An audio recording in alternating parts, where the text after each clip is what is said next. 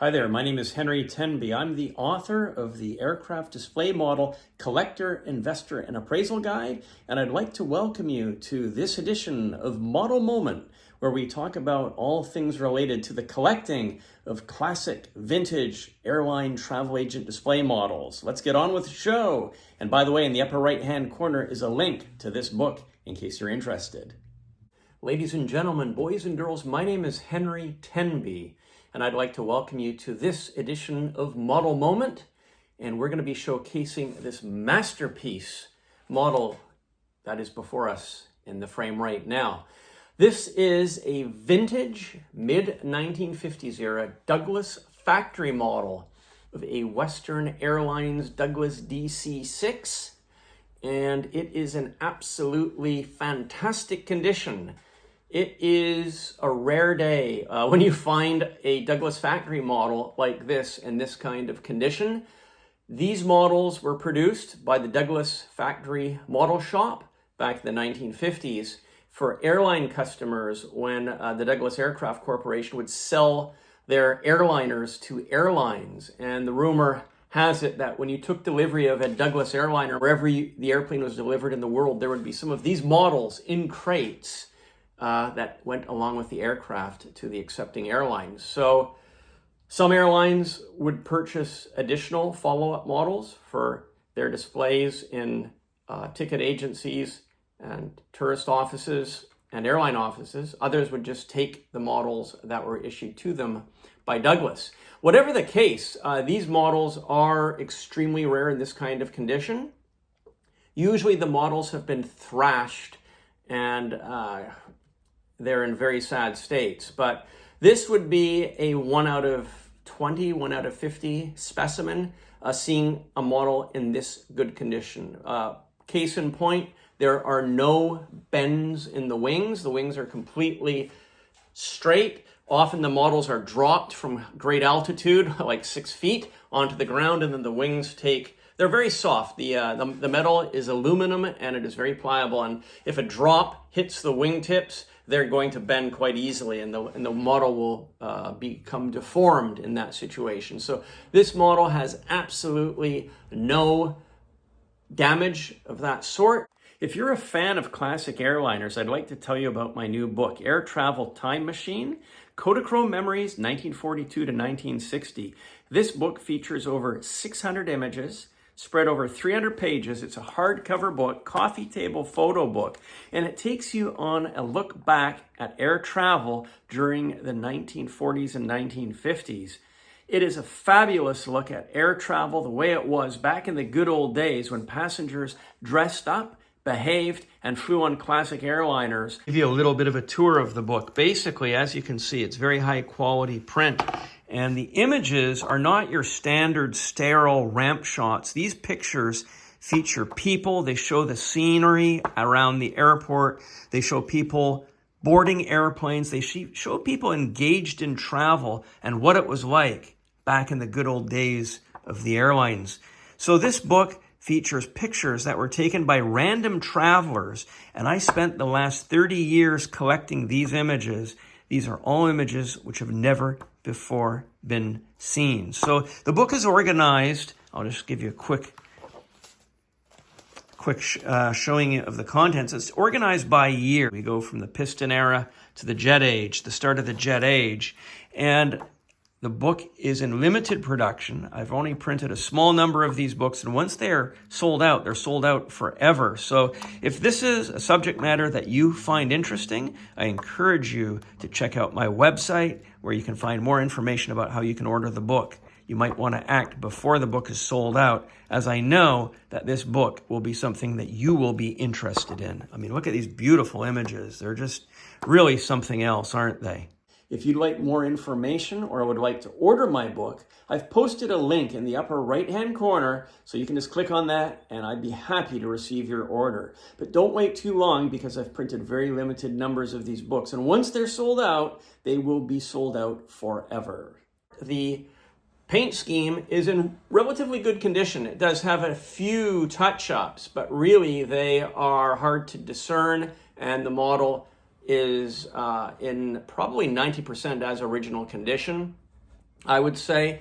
The propellers on this aircraft, I believe, are replacement propellers, but I don't think that's really too much of an issue. The actual props look good on their hubs. The stand is an original Douglas factory stand. And yes, these models were very heavy. I guess it weighs about, what, 20 pounds. So they're very, very good looking models. Fantastic, isn't it? Just what a piece this model is, and what a pleasure and joy it is to present this model to you guys. As you can see, the registration is presented on and underneath the wings, and I'll try to show you underneath. The condition of the models, absolutely fantastic. And there's a backstory to this model, which I'm going to share with you. Today's date is the 15th of November, 2024. The story on this model dates back to the mid-1990s, and to my late friend, he's now since passed, Mike Brown, who was a fellow collector and all-around fantastic guy that lived here in Vancouver. And Mike released this model from the grasp, the bondages of a museum, where who knows where it would have ended up. And he brought it to private ownership, thank goodness. And I'm going to reveal a very interesting story. Mike was a very avid collector of aircraft display models, and he wasn't afraid to march into an airline office or a museum and negotiate the purchase of a model. And that's what happened with this aircraft model. I believe it was in the mid-90s, circa 1995, and Mike was in Calgary, Alberta, and he had sallied forth with much enthusiasm into the Aviation Museum at Calgary Airport. And he saw this model. I believe it was near the entrance, and it was perhaps behind the reception, looking very forlorn, covered in dust, and not much attention being paid to the model.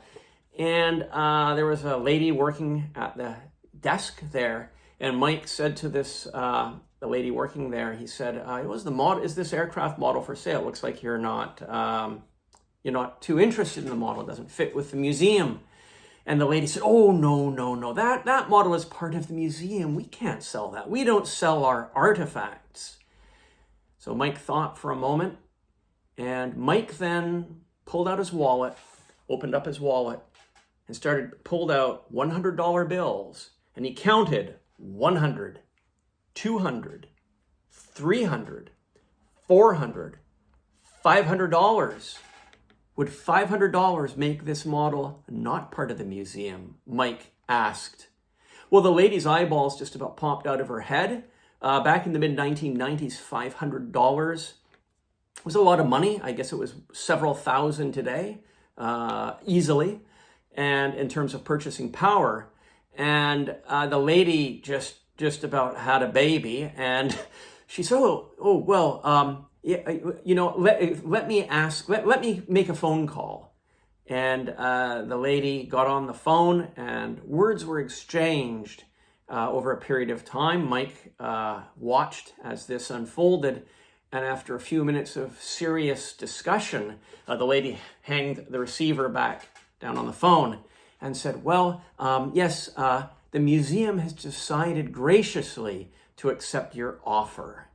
And that is the story of how this beautiful Douglas factory DC-6 model was relieved from the bondages of museum life, where these models are often forlorn, neglected, and walk out the back door, never to be seen again, usually by employees who consider such items as rewards for their donation of time. So that is the story of the Western Airlines Douglas DC-6B. It's my understanding that this model was presented by Western Airlines to their Calgary ticket office when they inaugurated their service to Calgary. I believe it was in the late 1950s.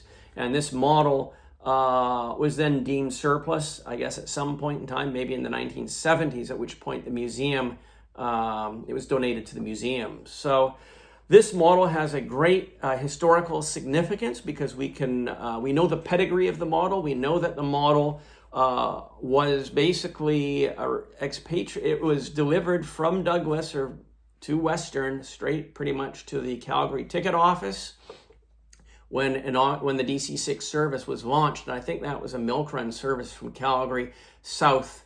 You'd have to research it, probably to Kalispell and then down into California.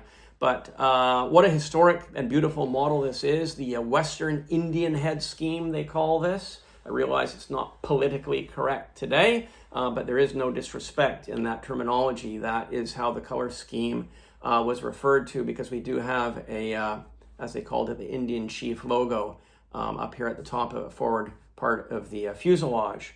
And this model today, as I say, in this condition, is a very, very hard find.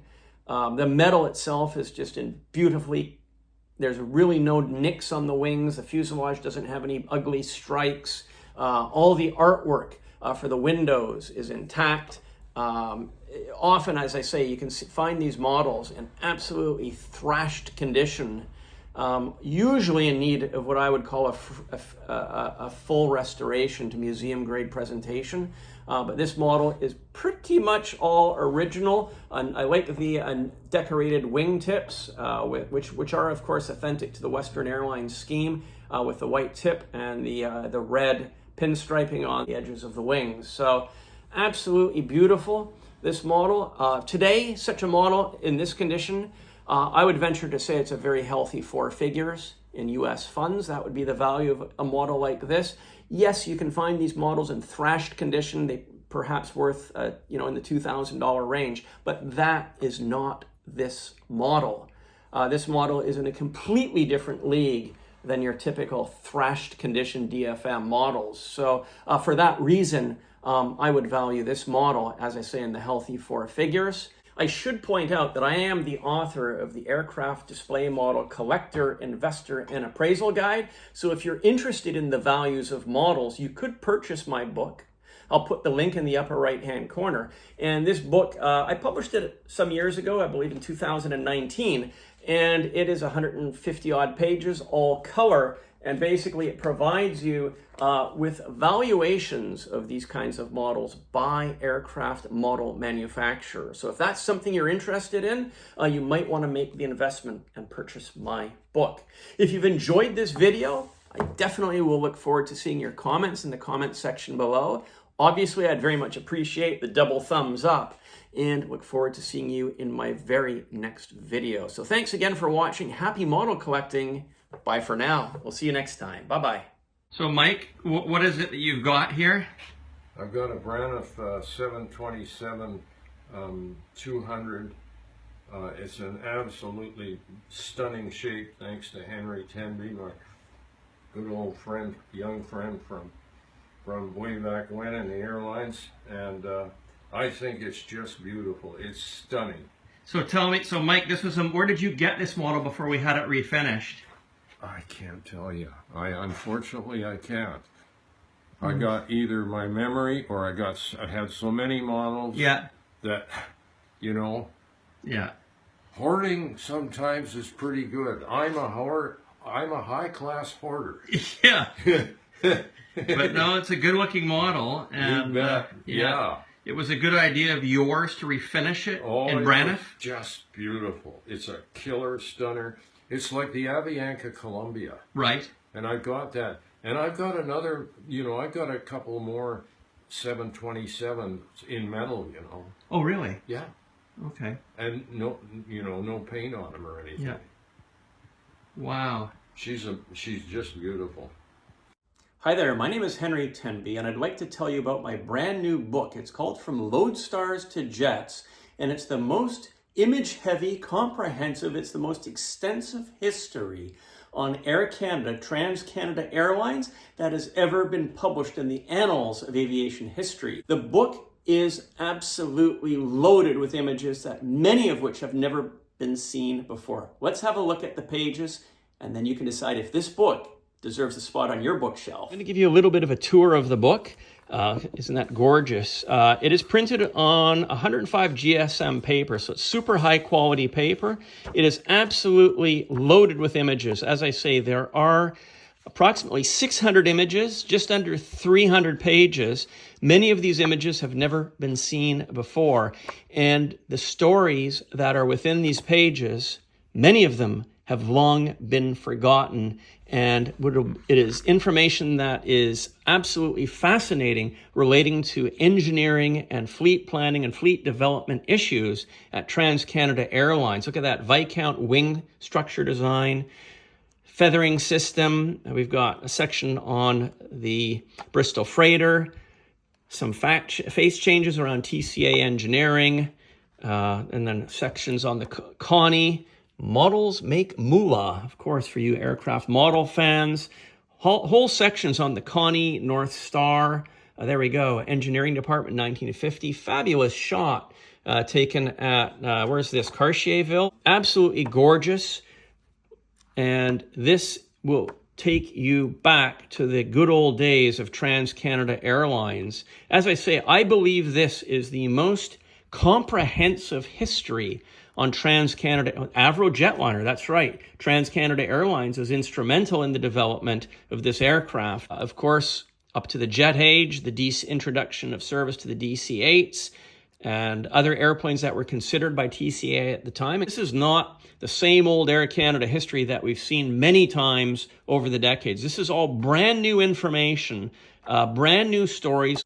I've posted a link in the upper right-hand corner of this video that'll take you to the book information and order page. Also, I should point out that time is of the essence. Limited production on these books. Once they're sold out, they're probably sold out forever. And I hope you will enjoy the book as much as I enjoyed putting it together. Thank you very much.